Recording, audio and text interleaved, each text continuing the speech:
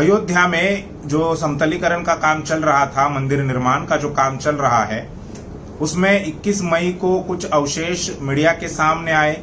उसके बाद बहुजन समाज ने उस पर बोलना लिखना शुरू कर दिया सोशल मीडिया पर कि वो अवशेष बुद्ध धम्म से जुड़े हुए हैं।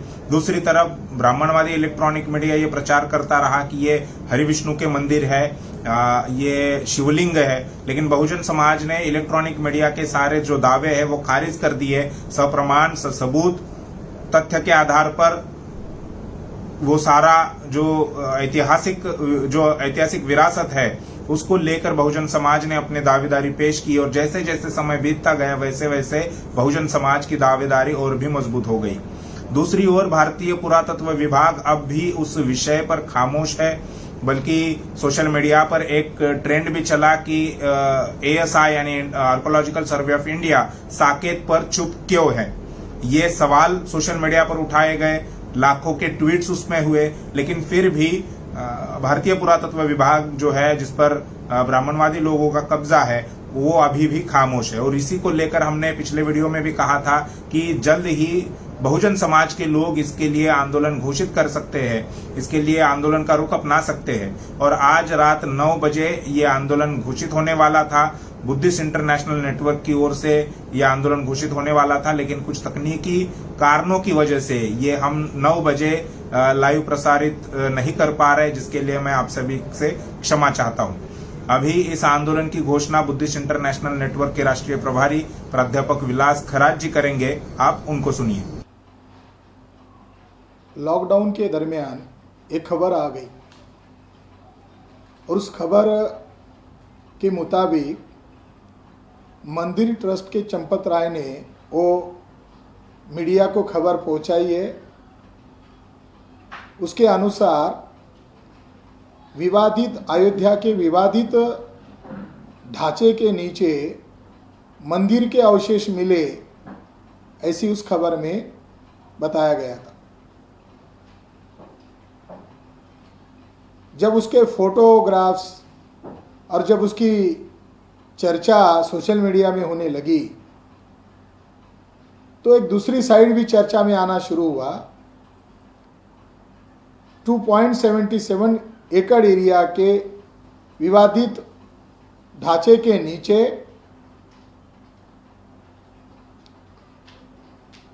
पद्म के चिन्ह मिले, आमलक का चिन्ह मिला और अष्टकोणी पिलर मिला। जबकि मीडिया वाले बता रहे हैं या ट्रस्ट के लोग बता रहे हैं कि शिवलिंग मिला, मंदिर के अवशेष मिले। वस्तुतः वो बुद्धिस्ट अवशेष है, पुरातत्विक अवशेष है, मगर झूठा प्रचार किया गया और लॉकडाउन का सहारा लेकर एक बहुत बड़े क्राइम को अंजाम दिया गया।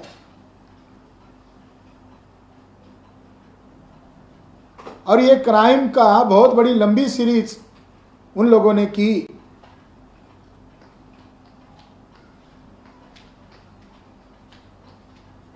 उन्नीस को के नायर द्वारा बाबरी मस्जिद के गर्भगृह में रात के 12-1 बजे के दरमियान राम की मूर्ति रखवाई और वो मूर्ति अयोध्या से नहीं लाई गई। ये क्राइम करने के लिए उन लोगों को ये मूर्ति गोरखपुर से लानी पड़ी। ये जो आज जो क्राइम हुआ है, ये क्राइम को इतिहास में अगर देखा जाए तो ये बात सिद्ध होती है, एक प्लानिंग के तहत ये क्राइम किया गया है।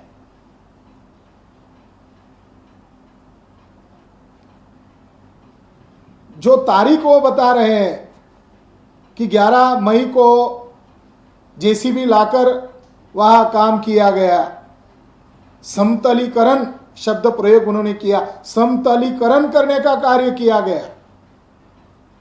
और इसकी खबर उन्होंने 21 मई को मीडिया को बताई। इतने दिन उन्होंने गैप क्यों रखा? सच्चाई क्या है? किस बात का समतलीकरण वो कर रहे थे?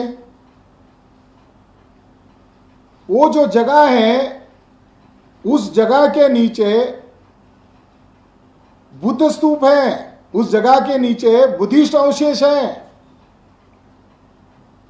पहला विवाद जब 1857 के बाद वहां हुआ, 1857 का इनका गदर फेल होने के बाद, ब्राह्मणों का गदर फेल होने के बाद उन्होंने धार्मिक मुद्दों को सहारा लिया और वहां हिंसाकांड भी हुई। और 1858 में इसकी इंक्वायरी करने के लिए कि वो जगह के नीचे क्या है वास्तविक तौर पर, इसकी इंक्वायरी करने के लिए सर मेजर जनरल कनिंघम को इस काम पर लगाया। 1858 में यह कार्य किया गया और सर मेजर जनरल कनिंघम ने वहां सारी छानबीन किया और वो छानबीन अयोध्या के स्थान पर छानबीन करने के बाद 1860 में ब्रिटिश गवर्नमेंट ने पुरातत्व विभाग की स्थापना किया। यानी अयोध्या में जो विवाद चल रहा था उसको आधार बनाकर ही एएसआई की स्थापना हुई, आर्कियोलॉजिकल सर्वे।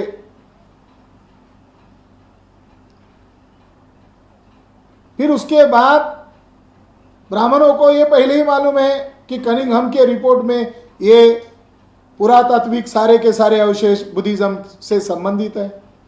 1864 का वो रिपोर्ट पब्लिश हुआ एएसआई के द्वारा। कनिंघम ने ये किस आधार पर ढूंढा? कनिंघम ने 4वीं शताब्दी में आए हुए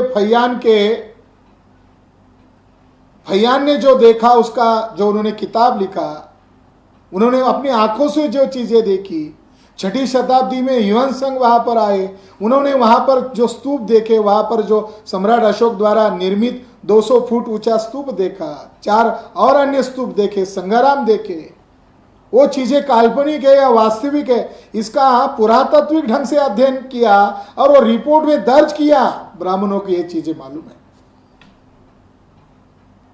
फिर साल आया 1891 में, अवध प्रांत का जो आर्कियोलॉजिस्ट अधिकारी है उसने भी अपने रिपोर्ट में, फ्यूरर उसका नाम है, उन्होंने सर मेजर जनरल कनिंघम की बातों को एग्री किया कि उन्होंने जो आर्कियोलॉजिकल ढंग से जो अध्ययन किया है वो 200% सही है। 1891 के एएसआई के रिपोर्ट में यह बात दर्ज है। यानी ब्रिटिश काल में आर्कियोलॉजिकल ढंग से सबूतों के आधार पर सिद्ध हुआ कि अयोध्या में मौर्यकालीन, बुद्धकालीन मॉन्यूमेंट्स है और 1947 को भारत आजाद हो गया। पंडित जवाहरलाल नेहरू के कार्यकाल में 22-23 दिसंबर 1949 को मस्जिद के गर्भगृह में राम की मूर्ति रखवाई गई। फिर आजाद भारत में विवाद शुरू हुआ। अगर यह विवाद ब्रिटिश काल में हुआ होता, दूसरे दिन उसका फैसला हो जाता, मगर यह आजादी के बाद ये नया विवाद शुरू किया गया और ये लंबे देर तक इसको चलाया गया। कोर्ट के अधीन ये मामला चलता रहा और बाद के समय में 6 दिसंबर 1992 को बाबरी मस्जिद को गिराया गया। एक प्लानिंग के तहत संघ परिवार, विश्व हिंदू परिषद और कांग्रेस के लोगों ने मिलकर ये प्लानिंग के तहत मस्जिद को गिराया गया। मस्जिद को गिराते समय जिस जगह पर राम की मूर्ति रखी गई थी उस जगह को वही रहने दिया, राम की मूर्ति को भी वही रहने दिया। फिर यह मामला कोर्ट के अधीन चला गया और इलाहाबाद हाई कोर्ट ने राम वही पैदा हुए इसका सबूत मांगा। जिनका पक्ष था कि जहां मस्जिद है वही राम पैदा हुए, तो उनको कोर्ट ने सबूत मांगा। तो विश्व हिंदू परिषद के लोगों ने हरिद्वार में 3 दिन की राष्ट्रीय मीटिंग बुलाई और राष्ट्रीय मीटिंग होने के बाद उनका स्पोक्स पर्सन मीडिया के सामने आकर कहा कि राम हमारे आस्था का विषय है। हमें पूछ रहे हैं कि राम के पैदा होने के सबूत मांग रहे हैं। राम हमारे आस्था के विषय है और आस्था के कोई सबूत नहीं होते। इस आधार पर उन्होंने इस बात का यह जवाब दिया। उनको मालूम है वहां तो कोई राम के होने का, पैदा होने का कोई सबूत नहीं। उन्हें मालूम है कि उस जमीन के नीचे बुद्धिस्ट मॉन्यूमेंट्स है। इलाहाबाद हाई कोर्ट ने 2003 में उस विवादित जगह 2.77 एकड़ एरिया का उत्खनन करने का, एक्सकेवेशन करने का ऑर्डर दिया। मांझी और BR मनी के नेतृत्व में वो उत्खनन किया गया। शुरू में उन्हें केवल 1 महीने का वक्त दिया और 15 दिन के अंदर रिपोर्ट सादर करने को कहा गया, मगर बाद में उनको लगा कि ये ज़्यादा समय लग सकता है, इसीलिए उन्होंने 4 माह, लगभग 4 माह लिए और 2003 सितंबर 2003 को उन्होंने अपना एक्सकेवेशन रिपोर्ट 2 वॉल्यूम्स का पेश किया। आर्कोलॉजिकल तीसरा और एक सबूत मिला कि वो 2003 का रिपोर्ट के अंदर क्या है, उसकी जो सूची है, उस सूची के अंदर इन बातों को रिकॉर्ड किया गया है कि उसके अंदर मौर्यकालीन अवशेष मिले हैं, मौर्यकालीन धम्मलिपि यानी ब्राह्मी भाषा का एक टूटा हुआ शिलालेख का हिस्सा मिला, सिद्धे, उसके ऊपर लिखा है सिद्धे। मौर्यकालीन यक्ष और यक्षिणी की टूटी हुई मूर्ति मिली, कुशालकालीन बुद्ध की टूटी हुई मूर्ति मिली, गुप्तकालीन मूर्ति मिली, चिवरधारी मूर्ति मिली, एक अभय मुद्रा है और उसके ऊपर चक्र है, सर के ऊपर उष्णिम है। तो ये आर्कोलॉजिकल मापदंड के आधार पर ये बुद्धिस्ट मॉन्यूमेंट्स होते हैं। हजारों की तादाद में वहाँ त्रिरत्न मिले, सैकड़ों वहाँ धम्मचक्र के सिंबल मिले, और जो आज फूल बताए जा रहे ऐसे कई तादाद में पद्म मिले, फूल मिले। तो आर्कोलॉजिकल आधार पर वो साइट बुद्धिस्ट है। ये आज जो क्राइम किया जिन लोगों ने, उन लोगों को ये पूरा मालूम है कि इसके नीचे कोई राम का अवशेष नहीं है, इसके नीचे सारे के सारे बुद्धिस्ट मॉन्यूमेंट्स है। तो उन्होंने समय तय किया। समय कौन सा तय किया उन्होंने? ये जो बता रहे खबर के अंदर कि 11 तारीख को उन्होंने JCB लाया, इसमें सच्चाई नहीं है। उन्होंने JCB कब लाया? भारत सरकार ने लॉकडाउन घोषित किया 22 तारीख को और 24 तारीख को उसका शाम से अमल होना शुरू करने का ऐलान किया। 25 तारीख को सवेरे 5 बजे उत्तर प्रदेश के CM योगी आदित्यनाथ उस विवादित जगह पर जाते हैं और वैदिक ब्राह्मणों ने वैदिक मंत्रोच्चार करके रामलला की मूर्ति को अस्थायी रूप से एक भवन में, अस्थायी भवन में स्थानांतरित किया। उसकी तारीख है 25 मार्च सवेरे 5 बजे। 2003 का जो रिपोर्ट है वो ये बताता है, और BBC वर्ल्ड की जो हिंदी की एडिशन है उसकी एक खबर ये बताती है 2010 की, कि जो 2003 में विवादित जगह का जो एक्सकेवेशन किया था वो अधूरा है। 2.77 एकड़ एरिया का जो उत्खनन किया, एक्सकेवेशन किया, वो अधूरा है। उन्होंने वो हिस्सा छोड़ दिया था जहां पर रामलला की मूर्ति रखी हुई थी। उस मूर्ति की जगह को छोड़कर उन्होंने एक्सकेवेशन किया और वो मूर्ति वहीं पर थी जिसको योगी आदित्यनाथ ने विधि युक्त वैदिक मंत्रोच्चारण के साथ उसको अस्थायी भवन में स्थानांतरित किया, जिसको उस रिपोर्ट में कहा गया है कि गोलाकार श्राइन के स्ट्रक्चर है, टीले हैं वहां, ऊंचे ऊंचे टीले हैं। वो टीला कोई और नहीं है। जो जमीन समतलीकरण की जो बात कर रहे हैं, वो जो क्राइम कर रहे हैं, उनको मालूम है कि वो जहां पर रामलला की मूर्ति को रखा गया था, जो ऊंचा वाला टीला था, वहां पर स्तूप है। और इस स्तूप को तोड़ने का कार्य, JCB लाकर तोड़ने का कार्य ये 25 मार्च से ही शुरू किया गया। उसी दिन भाजपा के मंत्री ने कहा कि जनता के आग्रह पर रामायण महाभारत दिखा रहे, सब झूठ है। एक बड़ा क्राइम करना था, उस क्राइम पर पर्दा डालने के लिए उन्होंने रामायण महाभारत सीरियल दिखाने की बात शुरू की और 25 मार्च से ही बुद्ध स्तूप को तोड़ने का, नष्ट करने का अभियान किया और उसके साथ साथ जो बुद्धिस्ट अवशेष है उनको भी तोड़ा गया और लंबा पीरियड लेकर उसको तोड़ा गया और इसके लिए उन्होंने लॉकडाउन का सहारा लिया। तो यह बात सिद्ध होती है प्रमाण के आधार पर कि एक बहुत बड़ा राष्ट्रीय क्राइम है, अंतरराष्ट्रीय क्राइम है और लॉकडाउन का सहारा लेकर इसको लोगों को धोखे में रखकर यह क्राइम किया गया। इसलिए बुद्धिस्ट इंटरनेशनल नेटवर्क अभी तुरंत सुप्रीम कोर्ट में केस दायर कर रहे हैं। 2.77 एकड़ एरिया बुद्धिस्ट मॉन्यूमेंट्स का है और उसके साथ 67 एकड़ एरिया का जो भूभाग है वो भी बुद्धिस्ट है। मणि पर्वत, सुग्री पर्वत, कुबेर पर्वत, ये स्तूप है। सम्राट अशोक द्वारा बनाए गए 200 फुट का स्तूप वहां मौजूद है, आज वो 65 फीट का ऊंचा है। जो समतलीकरण के नाम पर जो मॉन्यूमेंट्स तोड़े गए उसमें ट्रस्ट के लोगों ने प्लानिंग करके वो स्तूप तोड़ा गया है। आरएसएस से संबंधित लोगों ने स्तूप तोड़ा गया है। स्तूप क्या है? स्तूप के साथ लोगों की भावनाएं जुड़ी है। युवान संघ फैयान वहां क्यों गए थे? क्योंकि वहां स्तूप था। स्तूप होने का मतलब है वहां पर बुद्ध के पवित्र धातु है, शरीर के पवित्र धातु है और उसके ऊपर स्तूप बनाए जाते हैं। उन स्तूपों को तोड़ा गया है, इसलिए यह अंतरराष्ट्रीय क्राइम किया गया है।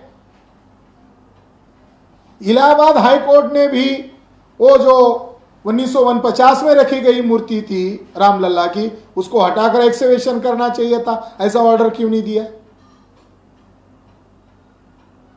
जब उनको समतलीकरण के नाम पर वो स्तूप को तोड़ना था, बुद्धिस्ट अवशेष को तोड़ना था, उन्होंने लोगों को अंधेरे में रखकर लॉकडाउन का सहारा लेकर रातों रात वो मूर्ति को अलग जगह पर स्थानांतरित किया, जबकि वो उस समय कर सकते थे। महाबोधि विहार का महंत ने जब विवाद शुरू किया, वह भी मालिकाना हक का मामला था, तो सर मेजर जनरल कनिंघम को उसका एक्सकवेशन करने की जिम्मेदारी लगाई। उसको महाबोधि विहार की डिजाइन सांची के स्तूप से मिली थी।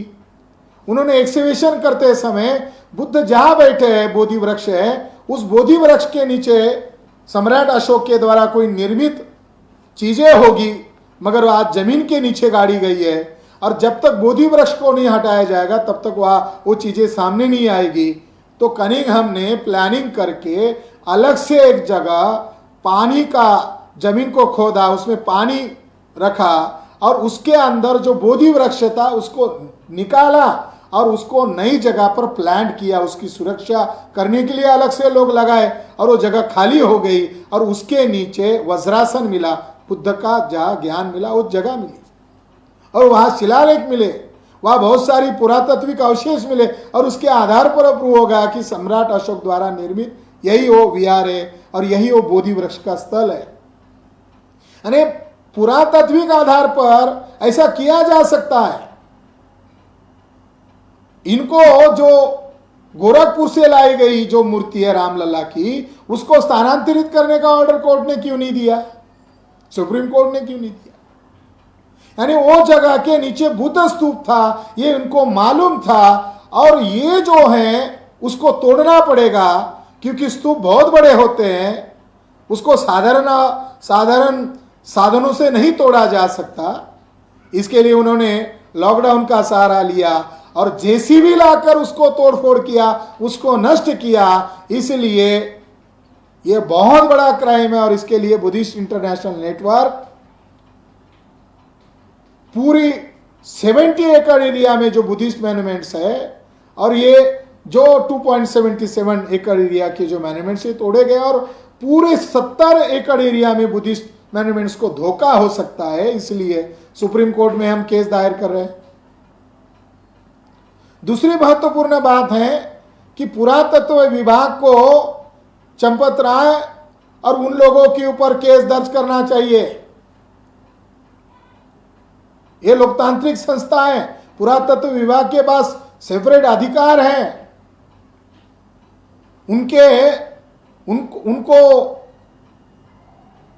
उन्हें पूछना चाहिए था कि आपने किनसे परमिशन लेकर ये तोड़ा गया है। पुरातत्व विभाग की भी भूमिका संदिग्ध है। उनको ट्रस्ट के लोगों के ऊपर, मंदिर ट्रस्ट के लोगों के ऊपर जिन्होंने स्तूप और अन्य बुद्धिस्ट मॉन्यूमेंट्स को तोड़ा गया है, नष्ट किया गया है, उनके ऊपर केस दर्ज करनी चाहिए। अगर उन्होंने ऐसा नहीं किया, उन्होंने पुरातत्विक विभाग का जो कानून है अगर उसका उल्लंघन किया, उसका अमल नहीं किया, तो आने वाले समय में उन्हें अवसर देते हैं कि ये करे। अगर उन्होंने ये नहीं किया तो हमें मजबूर होकर उस कानून को सार्वजनिक तौर पर जलाना होगा। इसलिए दूसरी बाजू हम देखते हैं कि यूपी गवर्नमेंट को मालूम था कि लोग उग्र आंदोलन करेंगे, लोग सड़क पर आएंगे, मगर लॉकडाउन के कारण उन्हें थोपा गया है, लॉकडाउन के कारण उन्हें रोका गया है। इसलिए योगी आदित्यनाथ ने सितंबर एंड तक लोगों को कोई कार्यक्रम करने की अनुमति नहीं दी जाएगी, लोगों के ऊपर पाबंदी लाई जाएगी, ऐसा बयान दिया। यानी इस बात का यह सबूत है कि उन्होंने जो क्राइम किया है, एकमात्र उत्तर प्रदेश स्टेट है जो सितंबर एंड तक की बात कर रहा है। पूरे भारत भर में कोई स्टेट इसका आग्रह नहीं कर रहा है कि लॉकडाउन सितंबर एंड तक रहेगा। उत्तर प्रदेश के योगी आदित्यनाथ के अगुवाई में वो क्राइम का शुरुआत किया है। इसीलिए उन्हें आशंका है कि जनता सड़क पर आएगी, उग्र आंदोलन हो सकता है, इसीलिए उन्हें रोकने का भी यह षड्यंत्र किया गया है। बुद्धिस्ट इंटरनेशनल नेटवर्क के जरिए से पूरे देश भर में राष्ट्रपति को ज्ञापन दिया जाएगा। जिला स्तरीय और तहसील स्तर पर आंदोलन करके ये ज्ञापन दिया जाएगा। लॉकडाउन के चलते उनको ज्ञापन दिया जाएगा और इसकी जो विस्तृत योजना है आंदोलन की, वो हमारे टेक्निकल एक्सपर्ट लोग आपको डिटेल में, विस्तृत में ये जानकारी देंगे। तो आपने अभी प्राध्यापक विलास खरात जी को सुना है और उन्होंने साकेत मुक्ति आंदोलन, या इस प्रकार से कहा जाए कि साकेत बचाओ विरासत बचाओ, इस आंदोलन की घोषणा कर दी है। और उन्होंने काफी सारी बातें बताई कि किस प्रकार से यह आंदोलन होगा, कौन से चरण होंगे। अभी उसके बाद इस आंदोलन को समर्थन देने के लिए हमारे साथ मान्यवर वामन मेश्राम जी है। अभी आप उनको सुनिए कि वो इस विषय पर क्या कहते हैं। राष्ट्रीय माइनॉरिटी मोर्चा के प्रभारी विलास खरात के द्वारा अभी जो आंदोलन घोषित किया गया है, जिसमें सुप्रीम कोर्ट में 2.77 प्लस 67 जगह को पुरातत्व विभाग के द्वारा खोदना चाहिए और खोदकर उस साइट को ओपन करना चाहिए, डिस्कवर करना चाहिए, ताकि पता चल सके कि वो राम मंदिर की साइट है या बुद्ध से संबंधित साइट है। इसके बारे में जो आंदोलन घोषित किया, उस आंदोलन में एक बात सुप्रीम कोर्ट में केस दायर करने का मामला है।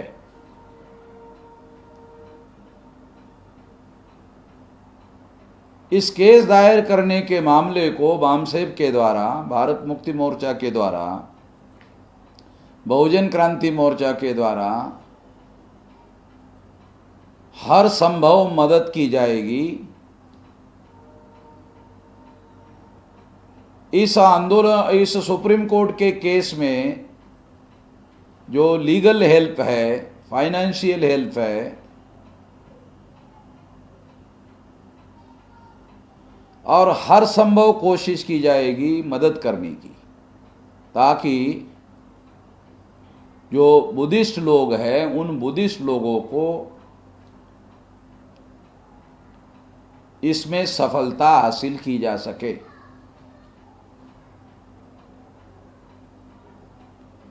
दूसरी बात, अभी 21 तारीख को जो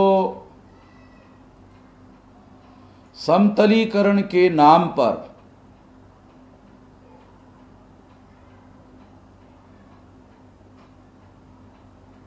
जो अवशेष अखबारों में बहुत बड़े पैमाने पर फोटोग्राफ के द्वारा छपकर आए, उसके बारे में विलास खराज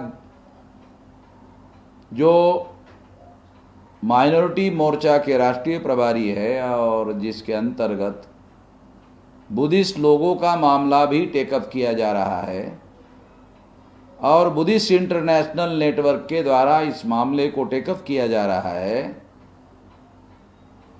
तो उन्होंने ये कहा कि ये सारे सबूत बुद्धिस्ट लोगों से संबंधित है।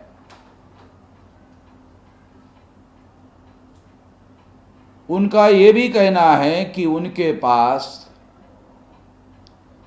जो सुप्रीम कोर्ट में केस दायर किया जाएगा,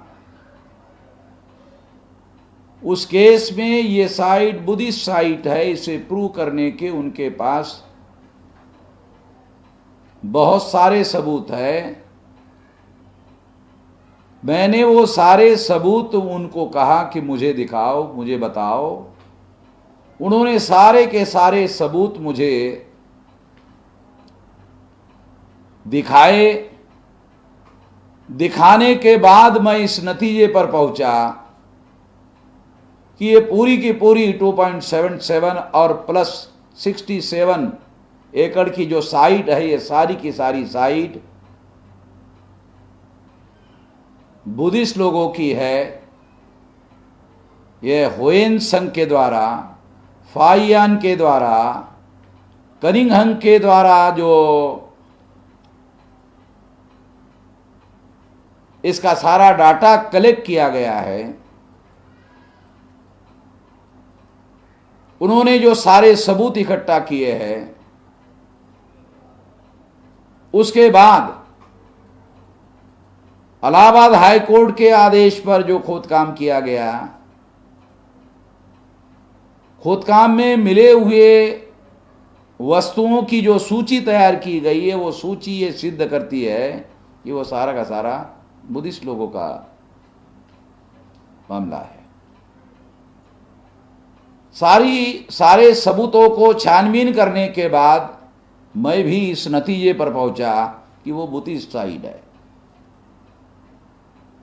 BAMCEF schedule caste, schedule tribe, backward class और माइनॉरिटी के लोगों का संगठन है। हम लोग जैन जो बैकवर्ड क्लासेस से कन्वर्टेड लोग हैं, उनके मुद्दों की लड़ाई लड़ रहे हैं, बुद्धिस्ट लोगों के मुद्दों की लड़ाई लड़ रहे हैं, मुसलमानों के मुद्दों की लड़ाई लड़ रहे हैं, क्रिश्चनों के मुद्दों की लड़ाई लड़ रहे हैं, लिंगायतों के मुद्दों की लड़ाई लड़ रहे हैं, सिखों के मुद्दों की लड़ाई लड़ रहे हैं। ये सारे के सारे धर्म ये समानता को मानने वाले धर्म हैं। इस बात को ध्यान में रखते हुए इनको जो भी संकट काल में समस्याओं से जूझना पड़ रहा है, उनमें हर प्रकार की, हर संभव मदद करने का हम लोगों ने निर्णय किया। ये हमारी पॉलिसी है, उसके अंतर्गत हमने ये निर्णय लिया कि ये जो अवशेष मिले हैं और अभी लॉकडाउन के दौरान छुपकर गुप्त रूप से जो चंपत राय के द्वारा मंदिर ट्रस्ट के जो सेक्रेटरी है उनके द्वारा जेसीबी लगाकर वहां का बुद्धिस्ट स्तूप और दूसरे बुद्धिस्ट अवशेष को डिस्ट्रॉय कर दिया गया है, नष्ट कर दिया गया है। मैं इस बात से पूरी तरह से कन्विंस हो गया और कन्विंस होने के बाद मैं इस नतीजे पर पहुंचा कि ये काम उन्होंने आपराधिक कार्य किया है, इसीलिए लॉकडाउन के दौरान ये काम किया उन्होंने। सारे देश में कंस्ट्रक्शन का यानी खोदने का और निर्माण का कार्य पर पाबंदी है, मगर केवल वहां पर ये खोदकाम और निर्माण का कार्य करने के लिए इजाजत है। इसका मतलब यह है कि जानबूझकर योजनाबद्ध तरीके से ये किया गया है, ये बात सही लगती है। इसलिए चंपत राय के ऊपर पुरातत्व विभाग के लोगों के द्वारा केस दायर करना चाहिए, क्रिमिनल केस दायर करना चाहिए। अगर पुरातत्व के लोग ये केस दायर नहीं करते हैं, कानून होने के बावजूद भी नहीं करते हैं, अगर नहीं करते हैं तो एक तो उन लोगों के खिलाफ कार्रवाई करनी चाहिए, अधिकारियों के खिलाफ, कि वो चुपचाप रह रहे हैं, इसलिए उन लोगों को चुप रहने के लिए उनके खिलाफ कानूनी कार्रवाई किया जाए। और वो कानून होने के बावजूद भी कानून का उपयोग नहीं किया जा रहा है, अगर वो कानून का उपयोग नहीं किया जा रहा है तो उसको जलाने की भी उन्होंने भूमिका घोषित की। अगर कुछ समय के बाद वो कार्रवाई करते हैं तो उस कानून को नहीं जलाया जाएगा, ये भी उन्होंने घोषित किया। ये तर्कसंगत बात है। कुछ देर के बाद, कुछ समय के बाद वो इस कानून को जलाने का भी जो स्टैंड लिया, इसमें भी हम लोग उनका सारे देश भर में पूरी तरह से साथ सहयोग करेंगे। और वाम से भारत मुक्ति मोर्चा, बहुजन क्रांति मोर्चा का 31 राज्यों में 542 जिलों में 3,500 तहसीलों में 22,000 ब्लॉक में और 1.5 लाख गांवों में जो संगठन का जाल फैला हुआ है, वो सारे नेटवर्क के अंतर्गत हम लोग पूरे बुद्धि, पैसा, हुनर, समय, श्रम से, पूरी ताकत से इस आंदोलन में हम साथ सहयोग करेंगे। संगठन में कार्य करने वाले तमाम कार्यकर्ताओं को ये हिदायत दी जाती है कि इस आंदोलन में साथ सहयोग करें और दूसरे लोग इस बात को साथ सहयोग करें। इसके लिए वो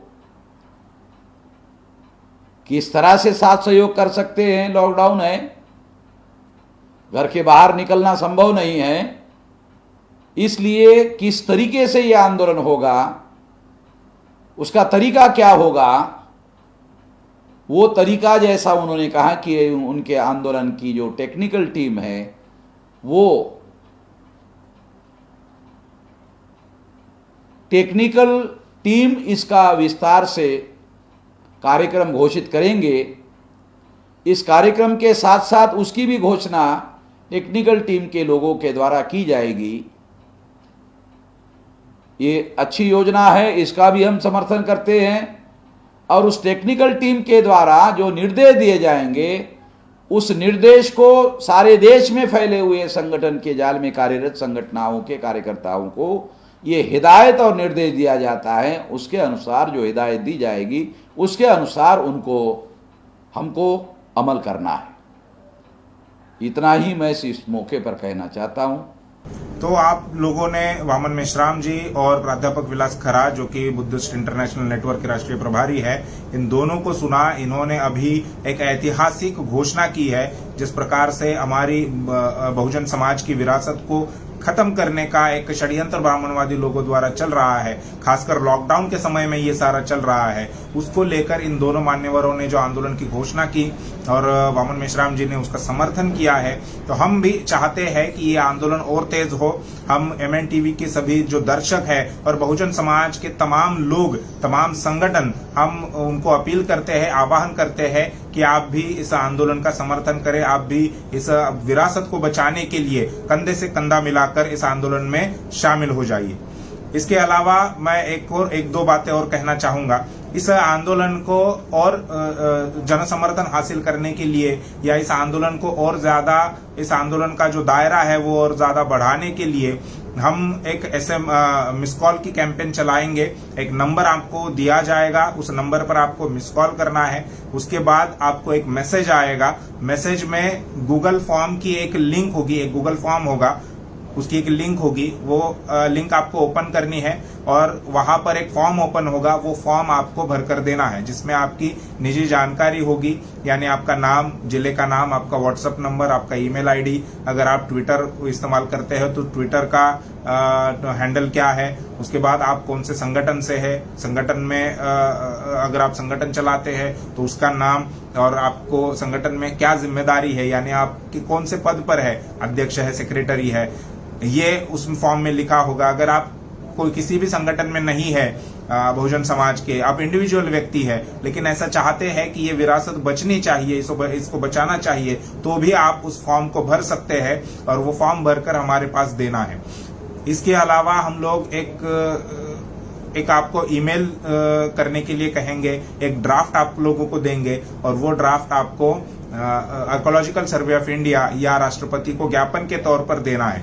ये आप इंडिविजुअली कर सकते हैं, इसमें किसी प्रकार के आपके संगठन का नाम नहीं आएगा, लेकिन आप जितने बड़े मात्रा में हम उनको ईमेल करेंगे उतने बड़े मात्रा में उनको ये समझ में आएगा कि बहुजन समाज के लोग इस मुद्दे को लेकर बहुत ही संवेदनशील हो गए हैं और इसे अब ज्यादा देर तक छुपाया नहीं जा सकता या इसे तहस नहस करना गलत काम होगा। तो ये उनको आगाह करना या उनको ये समझाना कि हम लोग शांति प्रिय तरीके से और संवैधानिक तरीके से ही ये आंदोलन करना चाहते हैं और ये जन समर्थन हासिल करने के लिए ये कुछ टेक्निकल बातें हैं जिसका हम लोग आने वाले समय में उसको आपके सामने रखेंगे। एक मिस कॉल है, उसके बाद एक गूगल फॉर्म है और दूसरा एक ईमेल आपको कहने के लिए कहेंगे।